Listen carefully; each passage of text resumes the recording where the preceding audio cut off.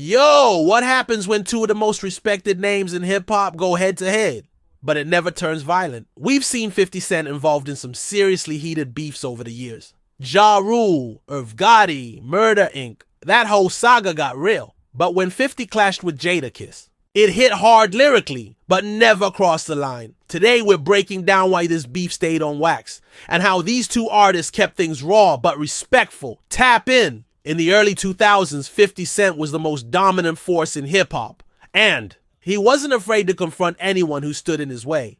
One of the most notorious chapters in his career? His feud with Ja Rule and Murder Inc. That beef was personal. There were street-level incidents, allegations, and a deep-rooted rivalry that went far beyond music. It became about survival, loyalty, and reputations, both in and out of the booth. But not all of 50's conflicts took that turn. Now let's be clear, when 50 Cent dropped Piggy Bank and dissed Jadakiss for working with Ja Rule on New York, it wasn't taken lightly. Jada came back swinging with Checkmate, one of the hardest diss tracks of that era. The bars were sharp. The tone? Serious? But here's what's wild. It never got physical. No altercations, no street drama, no media-fueled meltdowns, just straight-up lyrical warfare. Why? First, both of these men are business-minded and strategic. Jadakiss had built a career off being one of the sharpest pens in the game.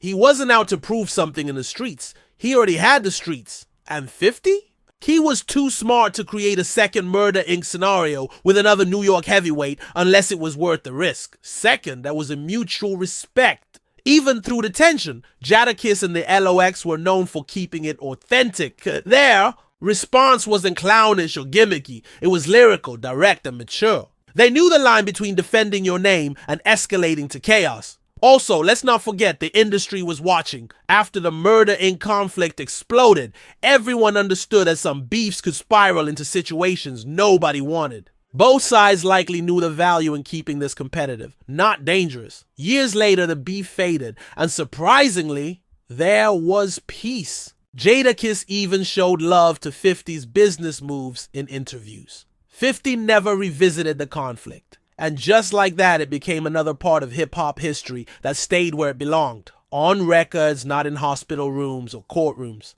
So here's the real win. Two legends threw lyrical punches, defended their corners, and left with their respect and careers intact. In a culture where ego can take things too far, this beef proved that real MCs know how to go to war without burning a battlefield. What do you think made this one stay respectful? Was it wisdom, business, or just good timing? Drop your thoughts in the comments. Hit that like, sub, and ring the bell if you love real hip-hop stories, because we've got plenty more coming.